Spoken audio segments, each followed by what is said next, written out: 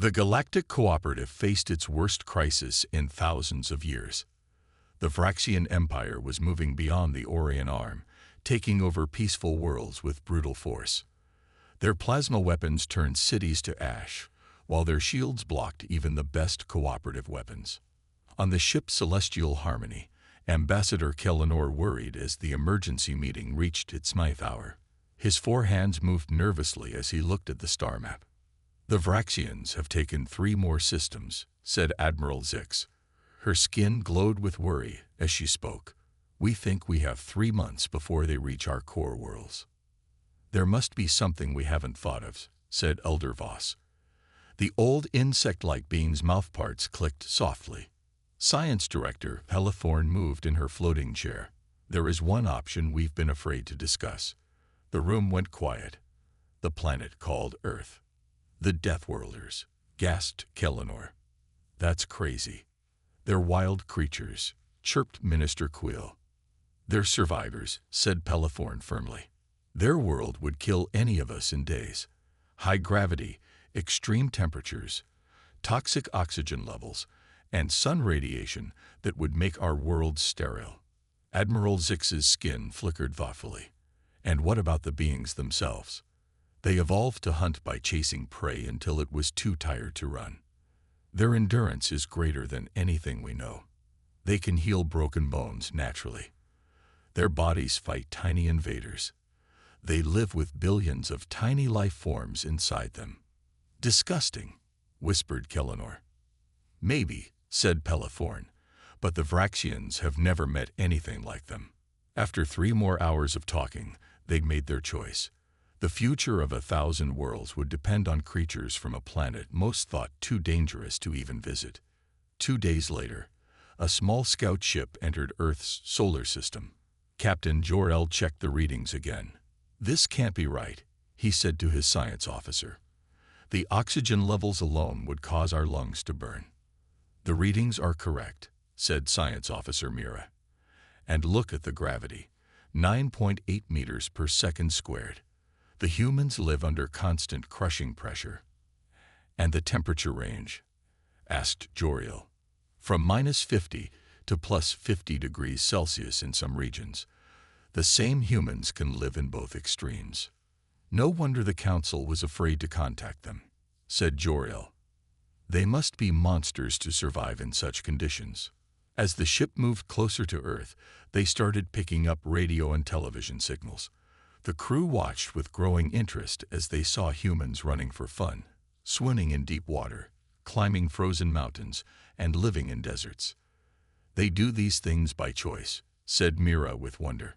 "Not because they must, but because they enjoy the challenge." The final approval came from High Command. "Make contact. We need the Deathworlders." As their ship dropped through Earth's atmosphere, Captain Jor-El felt the increased gravity pulling at his body. He struggled to breathe in the filtered air. "Remember," he told his crew, "do not show fear. These humans have evolved on a world that treats them harshly. They respect strength above all." The ship landed in an open area outside a small town. Soon, vehicles surrounded them, filled with curious humans. "Let's hope they're in a helpful mood," said Jor-El as the door opened. "The galaxy's fate depends on it." Frank Miller was running in the desert when the sky turned purple.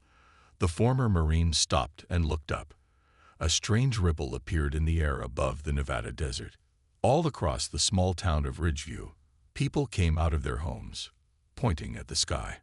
A shiny ship came down slowly. It looked like nothing humans had ever built. It landed on the desert floor without making much noise, its surface shining like oil on water. Hours later, the area was full of soldiers and government cars. Frank watched from behind barriers as officials went in and out of the ship. By evening, news channels around the world were showing the same message. Aliens had come to Earth asking for help against an enemy that was attacking their worlds. 2 days later, Frank got a phone call. "Mr. Miller, this is Colonel Sharon Blackwell from Special Operations Command. We need you for something important." "What's that?" Frank asked. "Humanity's first space defense force." Frank laughed. I left the Marines 6 years ago. But you've kept your skills sharp. You still shoot, you know survival skills, and you know engineering and field medicine. Frank thought about his empty apartment and his boring job. The military life had always fit him better. The selection starts tomorrow, Colonel Blackwell said. We need people who can handle extreme conditions and think for themselves. Similar calls were happening all over the world. Grace Alvarez, who fought wildfires in Colorado mountains. Henry Washington, who worked welding deep underwater in Louisiana. Susan Poteau, who had climbed Mount Everest 3 times. Kyle Bennett, who taught desert survival after leaving the Army Rangers. A week later, 200 humans stood in a large hangar at an Air Force base. Colonel Blackwell stood next to a strange being with 4 arms and glowing skin. "This is Ambassador Kellenor," she said. "He's going to explain why Earth is sending soldiers to fight in a war among the stars." Kellenor stepped forward, all 4 hands moving in what seemed like a greeting. "Humans of Earth, thank you for coming. My people are facing destruction at the hands of the Vraxian Empire. They have weapons we cannot stop. They have shields our weapons cannot break." "So why us?" asked a tall woman near the front. "Because you are unique in the galaxy," Kellenor said. "You come from what we call a death world, a planet so harsh that most species could not survive there. This has made you stronger, faster, and more durable than any species we know." A man raised his hand. "Are we going to get cool space weapons?" Kellenor made a sound that might have been a laugh. "Yes, we will provide technology beyond anything on Earth. But your greatest weapon is your body, evolved on a high-gravity world with extreme environments. The Vraxians come from a gentle world. They have never faced anything like you." Frank looked around at the other humans. They were soldiers, firefighters, deep-sea divers, mountain climbers, and survival experts. People who chose to test themselves against Earth's harshest conditions. "When do we start?" Frank asked. "Now," said Colonel Blackwell. "Pack your gear. You leave for Mars orbit in 3 hours." As the recruits filed out, Ambassador Kellenor spoke quietly to his assistant. "I hope we've made the right choice. They are so different from us." "Different is what we need," the assistant replied. "The Vraxians are winning because they understand us too well. They don't understand humans." "No one does," said Kellenor, watching as the determined humans prepared for war among the stars. "That's why they might save us all." "Your kind is special," said Pelithorn, the alien scientist who watched over their training. Her large eyes blinked slowly as she looked at the humans. Grace Alvarez raised her hand. "Because we like to fight. Because you can change and adapt," the alien said. "Most thinking beings come from worlds that stay the same. Your world is wild, with seasons, earthquakes, and big storms. You grew up learning to live through anything." The training base orbited Mars, built in just weeks by robots that amazed the humans. 100 people had been picked from the first group, 50 men and 50 women from many countries. They learned both human fighting skills and alien technology. They trained with special suits that made them even stronger. They studied how the Vraxians fought and where they were weak. Most importantly, they learned why they had been chosen. "The Vraxians have never met beings who can take what you can," explained Admiral Zix during a lesson. Her skin changed colors as she spoke. "Their home has much less gravity than Earth, and the weather never changes much. They don't like to fight up close and use machines instead." "So we're their worst nightmare," said Kyle Bennett with a smile. "Yes," said Zix. "Your strength, your ability to keep going when hurt, your ability to handle pain. These are your weapons." The humans formed into teams of 10, each with different jobs based on what they were good at. Frank Miller led Fireteam Delta, which included Grace, Henry, Susan, and Kyle. When they first put on the alien combat suits, they found another good thing. Gear made for humans by alien builders made them better than either humans or aliens could be alone. "It's funny," Frank told Grace as they tested their jumping, leaping 30 meters across the training room. We spent hundreds of years thinking aliens would attack Earth, and now we're attacking for them. After 3 months of hard training, they got their orders. Fire Team Delta would help defend Luminara, a world rich in minerals at the edge of Vraxian space. If it fell, 3 more worlds with people on them would be in danger. As they boarded the ship that would take them to war, Frank heard Kellinor whispering to another diplomat. The Deathworlders are amazing, but can we control them after the war ends? Frank pretended not to hear, but made a note to talk about it with his team later. That night, as the ship moved through space faster than light, Frank found Grace looking out at the stars. Having second thoughts, he asked. "No," she said, "just thinking about how strange this is. A month ago I was putting out forest fires. Now I'm going to another star to fight aliens." "Not just fight them," Frank said. "Scare them. From what the cooperative tells us, we're like something from their horror stories. Beings who can break bones and heal, who can bleed and keep fighting, who can live through pain that would kill them." "Do you think that's why they really wanted us?" Grace asked. "Not just as soldiers, but as monsters to frighten their enemies." Frank looked out at the endless stars.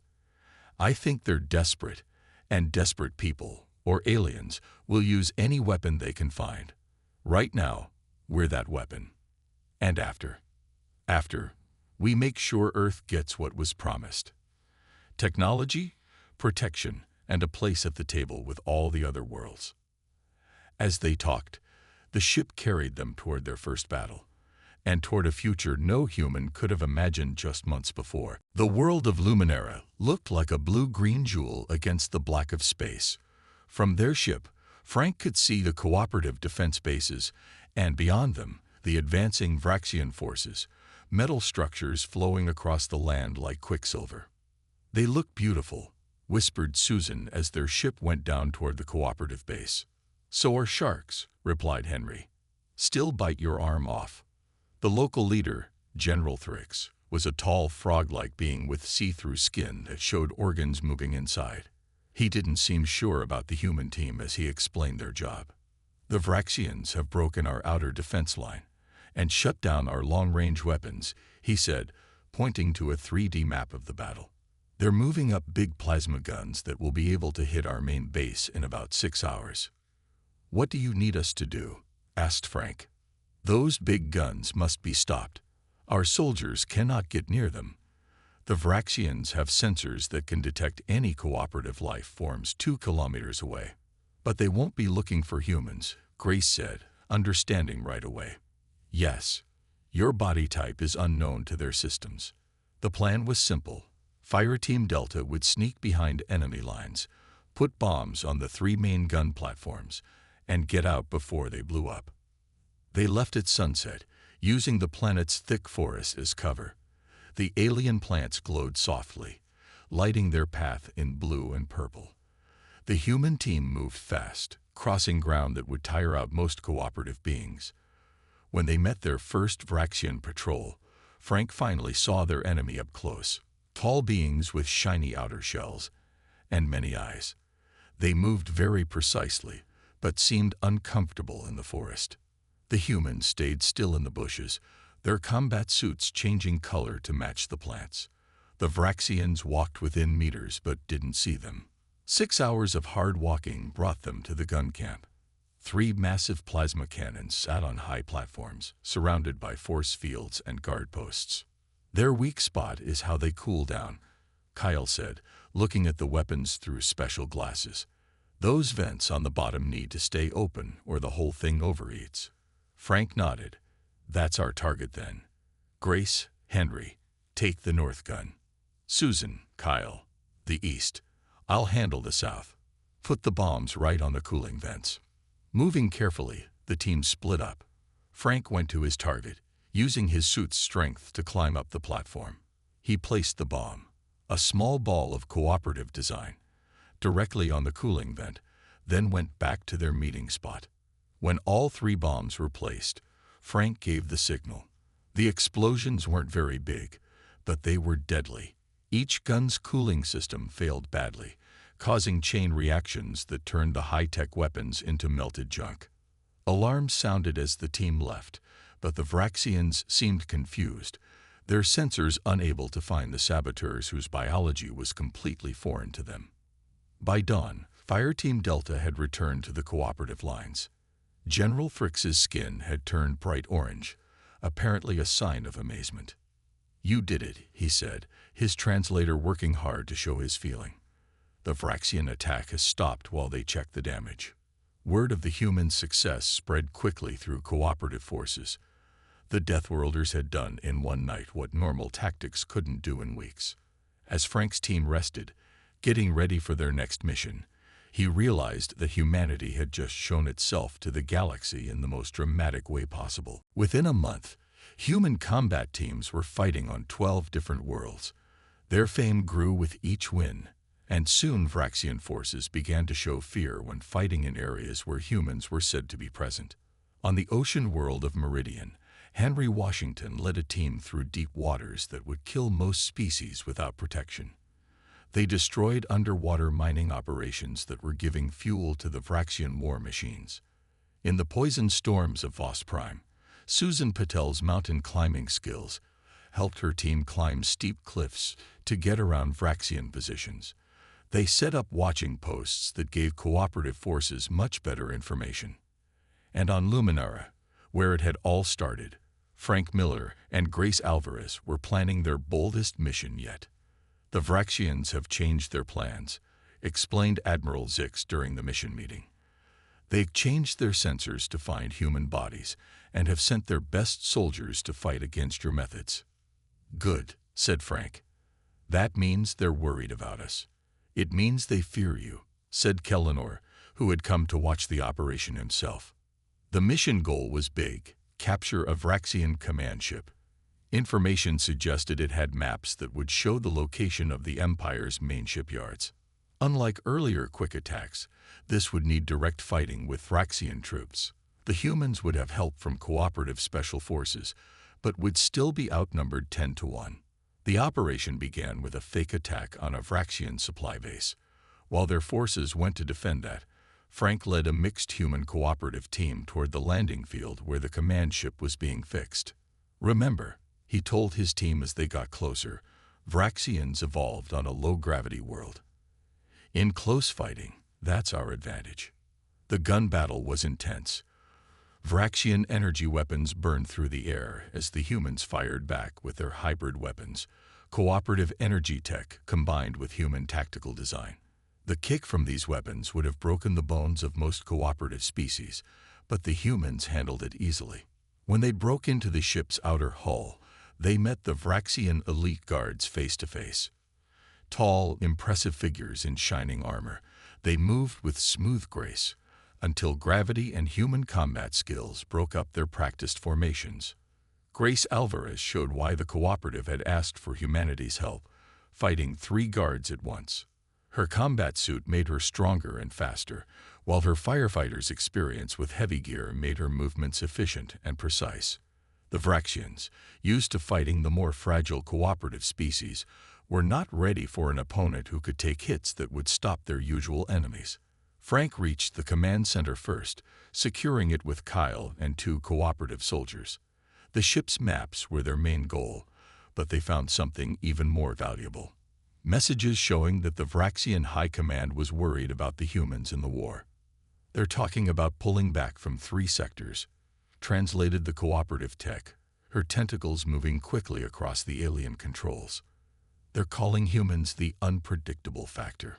With the data secured and the ship's systems shut down, the team left. The mission was a complete success. Not only had they gotten critical information, but they had captured the first Vraxian ship in the entire war. As news of the operation spread through cooperative forces, spirits rose. For the first time since the war began, the seemingly unstoppable Vraxian advance had not just been slowed, it had been pushed back. 3 months after humans joined the war, the Vraxian Empire asked for peace talks. This news shocked the cooperative leaders. The Vraxians had never before talked about making peace. They saw all other species as things to use or problems to remove. They fear you, Pelethorn told the human commanders gathered in the cooperative flagship's meeting room. Our spies say they've marked Earth as a top-level threat. So they want to talk, said Grace. Can we trust them? Their running away from many systems suggests real worry, replied Admiral Zix. But we should be careful. The Vraxians are planners above all else. The peace meeting was set on a neutral space station at the edge of the war zone. The human group would include Frank and Grace, along with Colonel Blackwell, who had traveled from Earth for this important event. The Vraxian group arrived in a ship that seemed to swallow light rather than reflect it. Their representatives were taller than the soldiers the humans had fought, with more complex patterns on their outer shells. We have made a mistake, began the lead Vraxian, called High Commander Vrex. His words were sent directly into the translators the humans wore. We did not know your species existed. You know now, replied Colonel Blackwell coldly. Yes, we have studied your battle recordings. Your biological abilities are troubling. Frank leaned forward. Troubling enough to end this war. The Vraxian's many eyes focused on him. That depends on what terms the cooperative offers. Ambassador Kellenor outlined the deal. The Vraxians would pull back to their old borders, free all captured worlds, and sign a no-attack agreement.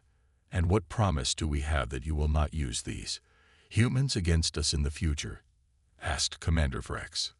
We're not weapons to be used, said Grace sharply. We're allies by choice. The Vraxians seemed to think about this. Then perhaps we should talk to the humans directly.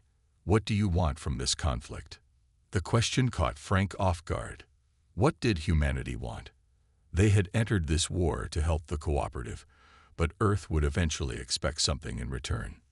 We want knowledge, Frank said finally. Technology, science exchange, cultural understanding, and promises of Earth's safety and freedom. Interesting, replied Vrex. You seek advancement rather than territory. The Vraxian turned to Kellenor. Did you tell them that the Cooperative Council talked for decades about whether to kill your species as a possible threat before deciding to wall off your system instead? The room went silent. Frank looked at Kellenor, whose skin had turned a gray color. Is that true? Asked Colonel Blackwell, her voice dangerously calm. It was before my time. Kellenor began, but yes, there were concerns about humanity's potential if you reached the stars on your own. So you were never going to share technology with us, said Grace. You just needed throwaway soldiers. That was never my plan, insisted Kellenor. Many of us have come to respect and admire your species. Commander Vrex made a sound that might have been laughter. It seems we are not the only empire with expansion concerns. Perhaps we have more in common with these humans than either of us thought. The peace talks fell apart quickly after that revelation. The human group pulled back to talk privately. They're using this to create problems between us and the cooperative, said Colonel Blackwell. Yes, agreed Frank, but that doesn't mean they're lying. As they returned to Luminara, Frank found himself rethinking everything about humanity's role in this war. The cooperative had asked for their help out of desperation, but had never planned to welcome them as equals in galactic society. And now the Vraxians were offering something different. An alliance against what they showed as a controlling cooperative that feared humanity's potential. The war had entered a new phase, one where humanity's choices might reshape the balance of power across the galaxy. The big meeting on Earth was something new. Leaders from both the cooperative and the Vraxian Empire came to speak directly to Earth's leaders. The humans who had fought in space were also there, their experience now very valuable. Frank Miller stood at the window of the United Nations meeting room, watching the alien ships floating above New York Harbor. 6 months ago, he had been running in the Nevada desert. Now he was seeing the start of Earth's rise as a power among the stars. They're both lying to us, Grace said, joining him at the window. The cooperative never planned to share their best technology with us, and the Vraxians would attack us as soon as they stopped fearing us. You're right, said Frank. So what should we do? The meeting began with each side telling its story. Admiral Zix talked about the cooperative's peaceful goals, and the danger of Vraxian expansion. Commander Vrex answered by showing old cooperative documents discussing the containment of Earth and other threat species. By the third day, Earth's representatives had heard enough. The Secretary General spoke to both groups with calm strength. Humanity appreciates being brought into galactic affairs, even in difficult times. We have shown what we can do as allies. Now we will establish our position as equals. She outlined Earth's terms. Earth would help end the current war, but would then set itself up as an independent power. Both the Cooperative and the Vraxian Empire would recognize Earth's freedom and provide technology exchange as payment for their lies. "This is not how things are done," protested Kellenor. "Neither is humanity," replied Frank. "You brought us into this war because we're different from any species you've met. Did you think we would think like you too?" The talks went on for weeks. The Vraxians, practical as always, accepted humanity's terms more easily than the rule-loving Cooperative, which struggled with the idea of raising a young species to equal status. Finally, they'd reached an agreement. The three-power deal would set new borders and rules for disputed regions. Humanity would keep its military presence in key systems to ensure everyone followed the rules, while gaining access to star-traveling technology and making friends with dozens of previously unknown civilizations. As the delegates left Earth, Frank found himself talking quietly with both Kellenor and Commander Vrex, representatives of empires that had been at war for generations. "You should have destroyed them when you had the chance," said Vrex to Kellenor, though there was something like respect in his voice. "Maybe," replied Kellenor. "Or maybe this ending is better for all our peoples." "What happens now?" asked Frank. "Now," said Vrex, "we adjust to a galaxy with 3 major powers instead of 2. And we watch to see what path humanity chooses." "We choose our own path," Frank replied. "That's what makes us Deathworlders." 1 year later, the first human-designed spaceship launched from Earth orbit. Named Pathfinder, it carried scientists, diplomats, and a security team made up of those who had fought in the war. Frank Miller led that security team. As the ship sped toward its first independent mission, he thought about how much had changed. Humanity had entered the galactic stage as hired soldiers, changed into peacekeepers, and emerged as explorers. The Pathfinder's mission was exploration rather than conquest, seeking knowledge and connections rather than territory. Yet every species in known space now understood that the beings from that high-gravity, radiation-filled world called Earth were not to be taken lightly. They had needed help. Then the Deathworlders arrived, and nothing in the galaxy would ever be the same.